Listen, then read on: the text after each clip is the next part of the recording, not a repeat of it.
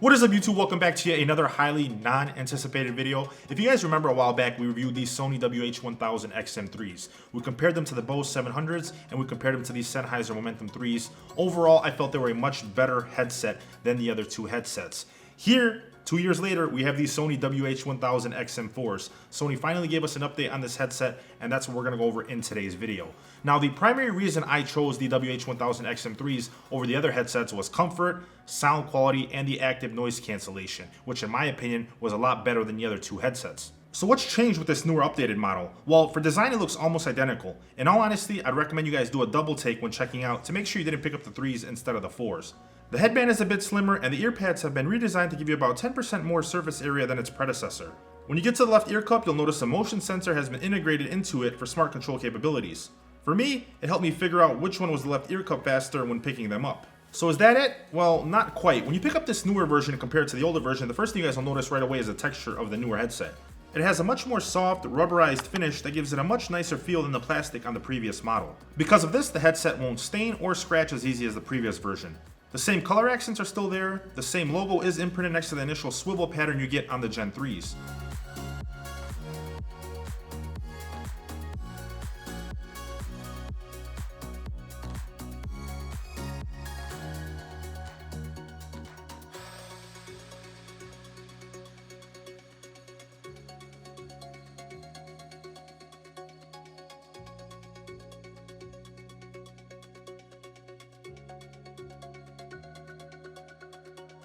In the box, you get your in-flight adapter for when we start flying again, the USB Type-C charging cable, a similar carry case, and the Sony aux cable.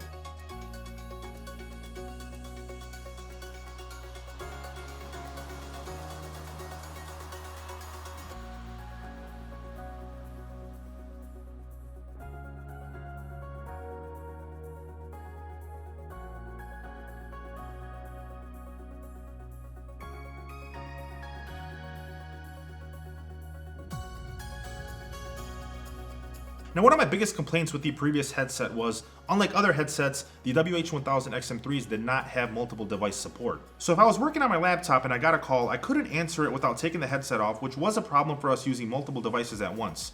This in itself was all I asked for in my previous review. Obviously, Sony didn't stop there. Getting into comfort, this newer version is lighter and thinner than the previous model. Mind you, I told you guys the previous model was the most comfortable headset I've ever worn, so you can imagine just how good it feels to wear these. I caught myself editing at times not realizing I had the headset on until I went to adjust the volume. Touch controls were amazing with the previous version and nothing's changed except each gesture now works even smoother than before. You still play and pause with a single tap, you swipe right to skip a song, you swipe left to go to the previous song, you swipe up to increase the volume, and swipe down to decrease the volume. For the digital assistant, you still tap and hold.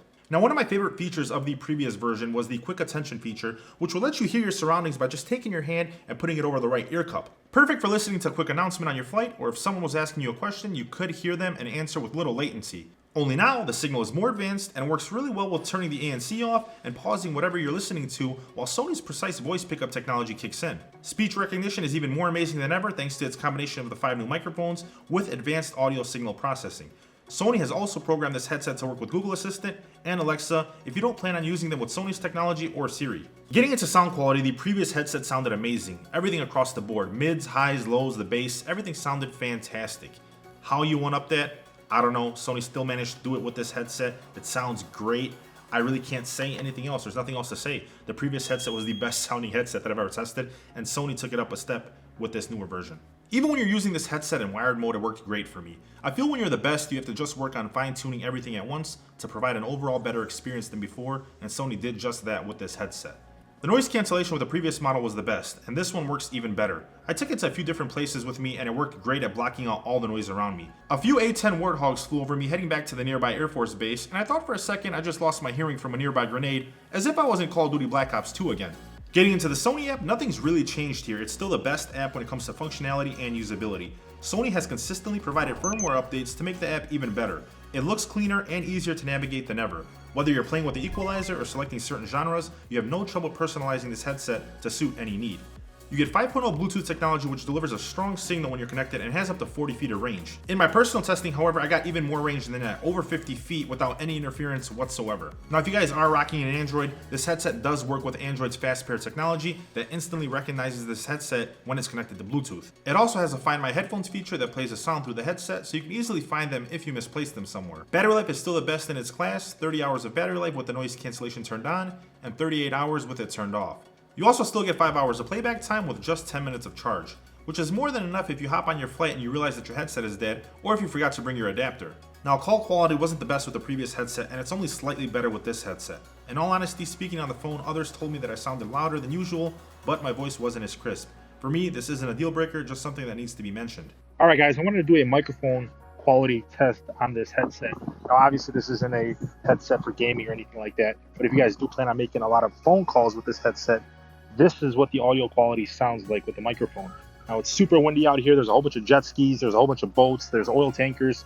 There's people going crazy down here. Obviously, Detroit, you guys know how it is. But I just want to give you guys an idea of what the microphone quality sounds like with this headset. Now, it's also extremely windy down here. I'd be surprised if you guys can actually hear my voice. But if you guys can or you can't, this is what the microphone quality sounds like on this headset. All right, guys, now we're at the park. This is what the microphone quality sounds like on this headset. Wanted to give you guys a second take at what the microphone quality sounded like because downtown obviously was a lot windier than here. Obviously, there's still a ton of noise behind us. But yeah, basketball, people screaming.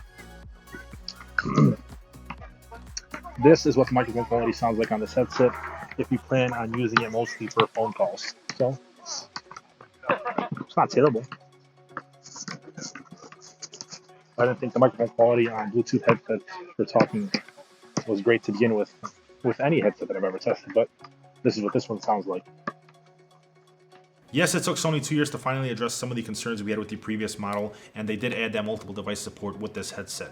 However, the previous model was such a great headset, Sony sold millions of them, and I know they're not going to have any issue selling millions of the WH-1000XM4s. Now, if you guys have the money and you do need that multiple device support, then absolutely go ahead and spend $350 on this headset. However, if you guys don't need multiple device support and you would like to save $100, you can go ahead and pick up the WH-1000XM3s right now on Amazon for $250, which, by the way, I will leave those Amazon affiliate links linked down below in the description for you guys if you would like to go ahead and purchase any one of these headsets and support the channel at the same time with no extra cost to you guys. If you guys have any questions, comments, concerns, whatever it is, as always, make sure you guys go ahead and drop them down below in the comment section for me. If you guys did end up liking this video, please make sure you guys go ahead and destroy that like button for me. Thank you guys for watching. I hope you guys enjoyed the video. I'll catch you guys in the next one. Peace.